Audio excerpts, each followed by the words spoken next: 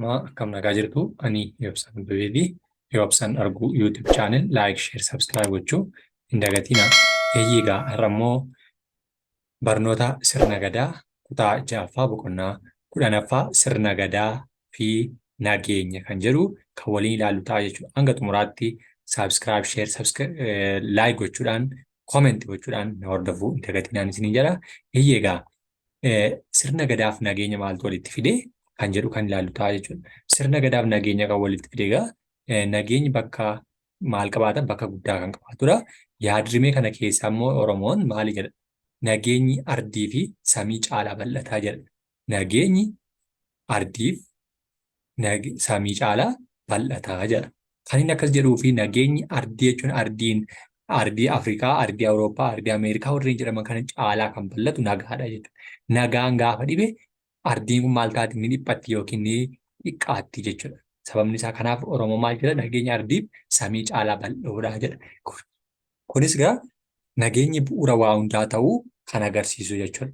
Nageenyi bu'uura waa hundaa. Bakka nageenyi hin jirre maaltu hin jiru? Lubbuun jiraachuuf wabiin hin jiru, qabeenyi hin jiru, maatiin hin jiru, horachuun hin danda'amu jechuudha. Maaliif nagaan hin jiru taanaan namni tasgabbaa'ee qabeenyaan kuufatu tasgabbaa'ee wal horuu hin danda'u jechuudha. Tasgabbiitu dhabama.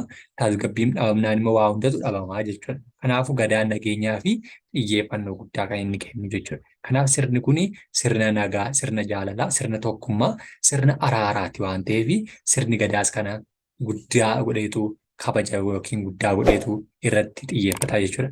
Akka sirna gadaa Oromootti nageenyi kan barbaachisu ilma namaa qofaaf miti.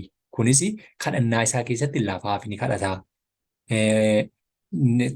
beelladaaf ni kadhataa, bineensaaf ni kadhataa, biqilootaaf ni kadhataa, lubbu qabeeyyii hundaaf nagaa ni kadhataa jechuudha. Kun immoo lubbu qabeeyyii hundaaf kan kadhatamu nagaadha jechuudha. Nagaa yoo jiraate lubbu qabeeyyiin jiraachuu dandeessi. Qilleensi nagaan bubbisuu danda'a. Nagaan hin jiru taanaan qilleensi nagaan jiraatu haalli kamiyyuu dhiphaadha jechuudha. Kanaaf kadhannaa isaa keessatti lafaaf, malkaaf, tulluuf, beelladaaf, bineensa bosonaa fi mukaaf nageenya hawaasaa nagaaf tasgabbiin jiraachuun madaalliin uumamaa eegame nageenyi illee akka inni jiraatu jechuudha. Nagaan hin jiru taanaan rakkisaadha waan ta'eef qilleensi ni faalama. Bosonni eega nagaan qabu taanaan ni gubata taanaan naannoon aaraa gubataadha yookiin immoo kaarboon daayoksaayidiidhaan hawaasa miidha. Kanaaf bakka boqonnaa dhabaa. Roobni yeroo isaa eeggatee roobu waan ta'eef kanaaf nagaa kadhataa jechuudha. Roobni nagaan roobee midhaan ni oomishama, margi ni biqila. Loon soorata argatu. Yoo loon soorata argatan immoo midhaan haalaan oomishamee namni soorata argata jechuudha. Kanaaf dacheen uumaa lafarra jiru hundaaf maraaf nageenya ni kadhataa jechuudha. Kanaafidha kan sirni gadaa nagaa fi gadaa walitti hidhatee kan inni jiraatuuf yookiin kan inni deemuuf jechuudha. Qabeenya uumaatti seeraan kan fayyadamu ta'uu isaas immoo hubannoo kanarraa maddaa jechuudha. Oromoon nageenyi boora'ee miidhaa hamaan erga qaqqabee booda furuu osoo hin taane akka nageenyi hin boorofne dursee hojjechuu bu'aa qabeessa ta'uu hubataa jechuudha. Kanaaf wantoonni walitti bu'iinsa sababa ta'an dursee dhabamsiisuuf yaalaa jechuudha. Karaa kamiin? Karaa sirna gadaatiin, karaa nagaa, karaa jaalalaa, karaa tokkummaatiin osoo rakkoon hin uumamiin durseetu rakkoo furuudhaaf yaalii godha. Rakkoo eegaa jechuudha. Oromoon yoo dubbatu bakka dhugaan jiru nagaan jira jedha. Bakka maal jiru? Bakka nagaan jiru dhugaan jira. Bakka dhugaan jiru nagaatu jira jedhee kadhataa jechuudha. Sababni isaa bakka dhugaan jiru nagaan jira. Bakka dhugaan hin jirre nagaan hin jiru kan jedhamuu fi kijibuun, malaammaltummaan, haqa namaa nyaachuun, hatuun, qabeenya namaa dhuunfaa ofiif fudhachuun, waloo saamuun aadaa sirna gadaatti miti jechuudha. Keessatti ni haammatamu jechuudha. Sirni gadaa namni akka dhugaa hordofee haqa dhala namaa eegee jiraatu ni hojjeta. Sababni isaas immoo gochaalee badaan waaqa biratti kan maal nama gaafachiisan qofa osoo hin taane walitti bu'iinsa sababa ta'uu isaaniin waan amanuuf namoota wal lolan araarsuullee waaqa dhugaaf afaan naa kenni, waaqa dhugaa nagaa naa kenni, nagaa araara naa buusi, araara kenni dursi dheetu kan inni kadhatuufi jechuudha. Kanaaf nagaa waa hundumaadha jechuudha. Waaqa dhugaa afaan na kaayi. Dhugaa afaan koo dhugaa dubbachiisi. Dhara afaanii na fuudhii. Soba afaan koo keessaa balleessi jedheetu kadhataa jechuudha. Egaa walii galtee dhuunfaas ta'e waloo kan gaggeessus yaa Waaqaa haqa namaa narraa qabi. haqa kiyya naaf mul'isi jedheetu haqa namaan irraa qaba jechuudha. Haqni dhugaan namaa akkan harkatti hin dhokanneef. Dharra afaan na bu'ee kan inni kadhateefi jechuudha. Dharri afaan na fuudhe jechuun dharra jechuun soba jechuudha. Sobni akka afaan nan teenye afaan koo keessaa gadi hin baaneef na eegi, na tiksi. Waaqa yaa waaqa haqa namaa narraa qabi. Haqni namaa dhugaan namaa kan harkatti narratti hin argamnee fi haqa kiyya naaf mul'isi. Kan koos immoo akka namarratti hin naafneef naaf mul'isi. Dhugaan koo haa mul'atu. Hidheetu kadhataa jechuudha. Haqaaf dhugaa hojjechuu yoo hin jirre immoo rakkoo maaltu uumama? Sirna gadaa keessatti kan walitti bu'iinsa hawaasaa akka hin uumamne tooftaalee ittiin eegan hedduutu jiru. Isaan keessaa inni tokko qabeenya dhuunfaaf qabeenya waloo sirnaan waliin fayyadamu. Qabeenya dhuunfaa kan nuti jennu kan dhuunfaa keenyaan horanne yeroo ta'u, qabeenya waloo kan jennu immoo kanneen akka biqiloota naannoo keenya, bosona naannoo keenya keessa jiranii, bishaan, galaanawwan, haroowwan, garbawwan jiranii uumamaan kan jiraatanidha jechuudha. Isaan kun uumamaan bineeldota bosonaa keessa jiraatanii isaan kun kan waloo keenyaati jechuudha.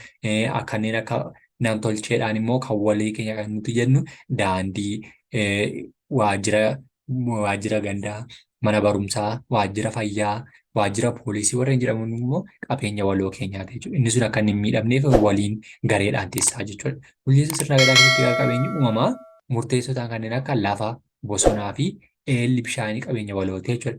Lafa kan jennu lafti nuti irra jiraannu hundiyyuu nagaa akka argatu kan waloo keenyaatti teessuun dirqama keenyadha jechuudha. Lafti akka inni citee namoota irratti rakkoo hin geessisne, bosonni ciramee, bosonni gubatee akka inni balaa hin geessisne, bishaan eelli jechuun eelaa yookiin immoo bishaan boollaa keessaa bahu akka inni hin banne kan waloo keenya. Qabeenya kanaaf faayidaa walootiif ni oolu jechuudha. Miseensota gosa hundaan eegamanii kunuunfamu jechuudha. Qabeenya dhuunfaas taanaan yeroo barbaachisaa ta'etti dhimma dhuunfaaf yookaan gosaaf ooluu ni danda'a. Fakkeenyaaf miseensi gosa tokko beellada nama biraa ergisaan yookiin kennaan fudhatee fayyadamuu ni danda'a. Qabeenya waloos ta'ee qabeenya dhuunfaa eegummaa jechuudha. Sirna gadaa keessattis kabaja guddaa qabaa jechuudha. Walirraa fudhachuudhaaf waan danda'amuuf kan dhuunfaa keenyas kan waloo keenyas waliin eegnaa jechuudha. Waloof dhuunfaa gidduu jiru baay'ee dhiphaa waan ta'eef jechuudha. Kan dhuunfaa keenyas nama kan biraatiin fayyaduu danda'a. Kan waloo keenyas hunda keenya waliin fayyaduu danda'a waan ta'eef jechuudha. Jireenya hawaasaa bulchiinsa gadaa keessatti qabeenya dhuunfaaf eegumsa gochuu kunuunsuun dirqama gosa akka ta'u tumamee jira jechuudha. Innis immoo karaa birootiin sirna gadaa duudhaa qabeenyaa wal tumsuu deebanoo jedhamu waan qabuuf deebanoo yookiin immoo gumaata adda addaa waliif kennu dhuunfaa isaarraatii kan inni maal waliif kennu gumaata kan inni waliif kennu jechuudha. Gumaan dhuunfaadhaan waliif kennamu deebanoo jedhameetu beekamaa jira. Wal tumsuu yookiin wal deeggaruu fakkeenyaaf yeroo cidhaa, yeroo gaddaa qabeenya waloosaa kan dhuunfaasaa waliif geesse kan inni ittiin wal gargaaruu jechuudha. Namni qabeenyaaf jedhee wal miidhuu hin jiru. Maaliif kan walii waan ta'eef jechuudha. Keessatti haalli maatiin tokko qabeenya horate maatiin kaan ammoo rakkate waan nyaatutti dhabullee jiraatu jechuudha. Sababni isaa waliin itti fayyadama waan ta'eef jechuudha. Gosti tokko yookiin namni tokko balaa garaagaraatiin rakkatee maatiin isaa yoo beela'e aadaa itti wal deeggaruu qaba. Walumaa galatti sirni gadaa nageenya ilma namaa fi uumamaa hundaa akka eegamu hojjetaa jechuudha. Kanaaf nama mirkaneessu utubaalee kanneen ta'an bu'uureffachuu fi haala itti fayyadaminsa qabeenya waloo fi dhuunfaa irratti hundaa'uutiin kan inni maal godhu kan inni gaggeessu yookiin kan inni wal gaggeessudha jechuudha. Kanaaf gadaa fi nageenyi wal qabatee deema.